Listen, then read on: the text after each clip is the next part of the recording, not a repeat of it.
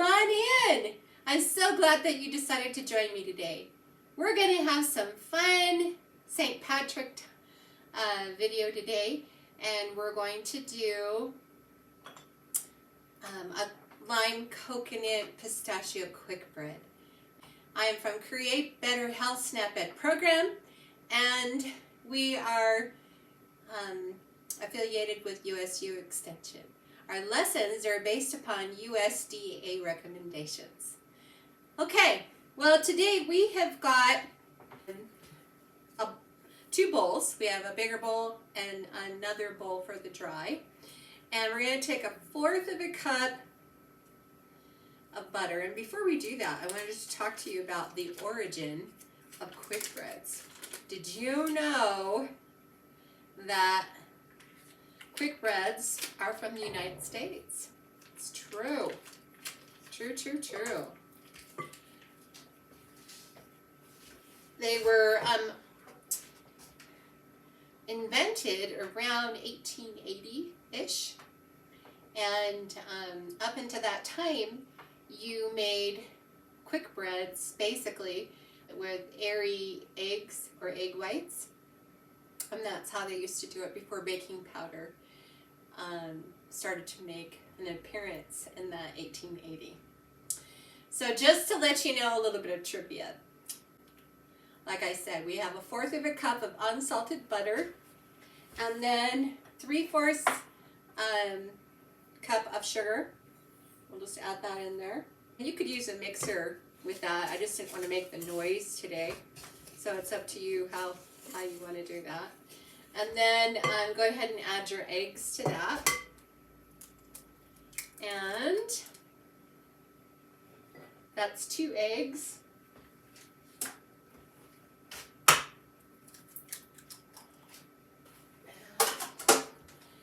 Hopefully that will mix itself in a little better. And if you break your yolks, it makes it easier to mix that right in. Okay. Just kind of whip that around. If you don't have a mixer, you could use a whisk. That would work too. But I think this is going to work just fine. Okay, then we're going to go ahead and add our applesauce. And we're going to use 1/4 of a cup of applesauce. And this is going to help so we don't have to use so much butter or oil. It's equal parts. So let's say you were going to do 1/2 cup of oil, you could half it and put 1/4 of a cup of applesauce to replace that oil. Pretty cool, huh? Or you could use like a white bean. It's the same thing, the same ratio. Or a banana, that would work too. All right. Then I've got some lime, and I'm going to zest it. This is a zester, but you can use a grater box, anything that you might have. And I'm just going to get some of that zest of this whole lime in there. Oh gosh, limes always smell so good, don't you think? Lemons and limes and grapefruits, all those things smell so yummy and fresh. Okay, so when you get that all, watch your fingers. Make sure you don't get those zested in there with the lime zest. Okay, and just get that going. And then I'm going to put that right here. And while that's kind of getting itself mixed together, I'm going to go ahead and cut my lime and put that juice in there. And if you don't have one of these little juicers, they're awesome. Way awesome. Okay. And then I just put this leftover stuff in the sink that I do dishes with. It's pretty neat. So then we get to have that good smell while we're doing dishes. And my copper bottoms, to put a little salt on those copper bottoms and then use this to scrub them around. It's great. Works out really good. Especially if you haven't let them get really marked up. then if you keep them nice and clean, they're not so hard to mix. All right, and then our dry ingredients will go in here. And I have 1 3/4 cup here. It should be 2 cups, but I'm using a white whole wheat, and you use about 1/4 cup less of a heavier flour than you would an all-purpose. So if you're using all-purpose, go ahead and use the 2 cups. And then we have our pudding, pistachio pudding, and we'll just add that right in there with it. Oops. There's our green color. Good job. Okay, and then I'm just going to take my spatula, kind of move that around, get that mixed in.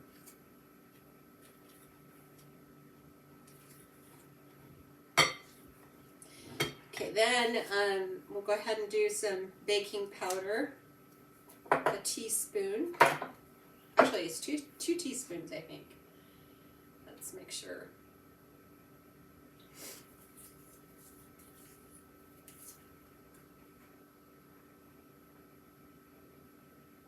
Teaspoon and a half. Okay.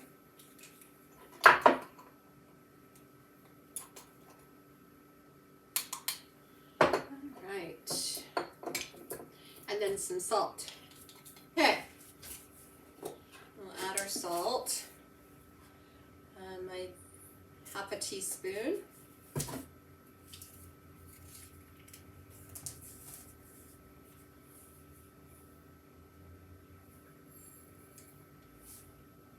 Sprinkle that right in. So are you guys doing anything fun for St. Patrick's Day? It's kind of a fun holiday. You can eat everything green the whole day. Make sure you're wearing green so you don't get pinched. Then I'm just going to gradually add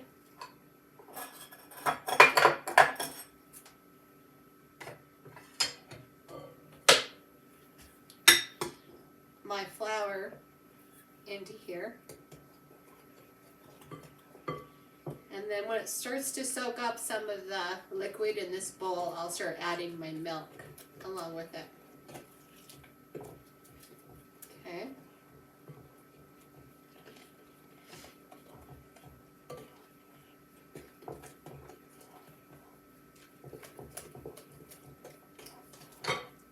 It's getting there to where I'm getting time to salt. Add a little bit of milk, 1/3 cup of milk. Just add a little bit at a time. Look at that, pretty green. It's beautiful. Okay, a little bit more. And the nice thing about doing it this way is that if you're using a whole grain flour, is that you can kind of judge how much flour to use, and if you needed a little more milk, then you could do that. Okay. It's looking good. Oh, we need vanilla too. 3 teaspoons of vanilla. So I'm just going to do a tablespoon. And that's because we added less sugar. And vanilla is really good about adding a little more sweetness to things when you've taken a little bit of your sugar out, which we've done in this recipe. Okay? Alright. Just go ahead and add the rest of that in there. And continue with our milk and get that in there. And voila! Easy, easy. And then you're going to want your oven at 350 degrees, and it's going to be in there for about 50 to 55 minutes. I'd keep checking it and make sure it doesn't overcook. And how you do that is you put your knife or your toothpick, down, and if it comes out with a little bit of dough on it, then it needs to stay a little bit longer. But if it comes out clean, then you're done. Okay, so this is what it looks like. It's thick, but not too thick. Okay. And then we're going to add our 1/2 cup of pistachio seeds that we've chopped up a little bit. And then a 1/2 cup of toasted coconut. Get that in there. And I have some instructions at the bottom of the recipe on how to toast the coconut. And the fastest way, in my opinion, I usually the microwave everything. I love doing things in the microwave. But this time I like doing it in my cast iron, a clean cast iron skillet. And you put it on like on a medium-ish heat, and you just stir and stir until it's done. Oh, it smells so good too. But you don't have to. I just like it a little toasted. Okay? All right, then we're going to go ahead and take our pan, which is about a 9 by 5 pan. It's a bigger one. And we're going to just spray this really pretty good so it doesn't stick. And then take our spatula, clean all this yummy goodness off of our spoon, and then pour it in.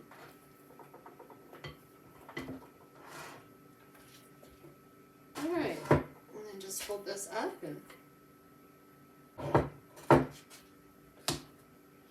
all right, and then get your sides cleaned and getting this all nice and smooth. So it looks just like that. And then get your sides as much as you can cleaned off, because otherwise it will bake on there and you'll be there forever scrubbing it. And who wants to do that? Not me. Okay, so that's basically it. That is it. And so simple, so easy. You could do that really fast, and it doesn't have to be, a long process. And like I said, you could do this in your mixer. You don't have to do it by hand. Eating a variety of foods. It's so important that we eat lots of different colors. So try different fruits, vegetables, whole grains, protein foods, fat-free or low-fat, dairy or soy fortified alternatives. And these are all healthy choices, and they're all so good for you. Include a variety of protein foods such as seafood and lean meats, poultry, beans, peas, lentils, nuts, and eggs. Those are all really good for you too. So enjoy your fruits and vegetables. Well, no matter your age, fruits and vegetables in the red and green part at half your plate are fruit and vegetables.